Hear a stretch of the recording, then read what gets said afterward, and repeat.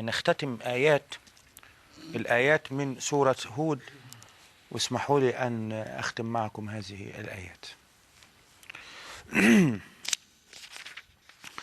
وما كان ربك ليهلك القرى بظلم وأهلها مصلحون ولو شاء ربك لجعل الناس أمة واحدة ولا يزالون مختلفين.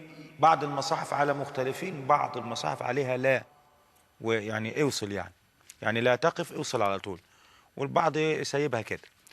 ولا يزالون مختلفين إلا من رحم ربك ولذلك خلقهم وتمت كلمة ربك لأملأن جهنم من الجنة والناس أجمعين وكلا نقص عليك من أنباء الرسل ما نثبت به فؤادك وجاءك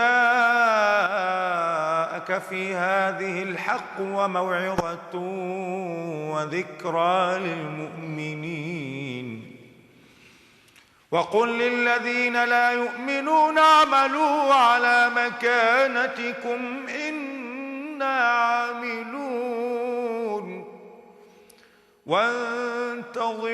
وانتظروا إنا منتظرون ولله غيب السماوات والأرض وإليه يرجع الأمر كله فاعبده وتوكل عليه وما ربك بغافل عما تعملون.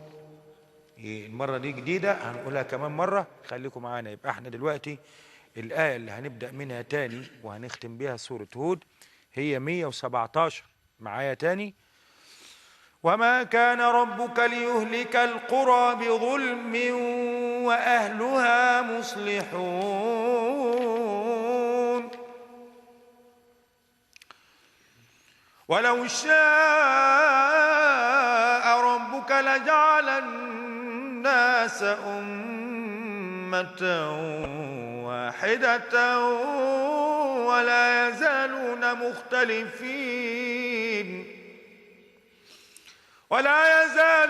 مختلفين إلا من رحم ربك ولذلك خلقهم وتمت كلمة ربك لأملأن جهنم من الجنة والناس أجمعين وكلا نقص عليك من أنباء الرسل ما نثبت به فؤادك وجاءك في هذه الحق وموعظة وذكرى للمؤمنين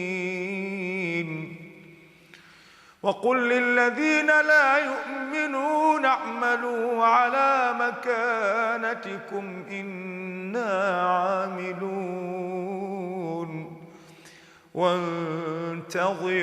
وانتظروا إنا منتظرون ولله غيب السماوات والأرض وإليه يرجع الأمر كله فاعبده وتوكل عليه وما ربك بغافل عما تعملون. بنشكر السادة الضيوف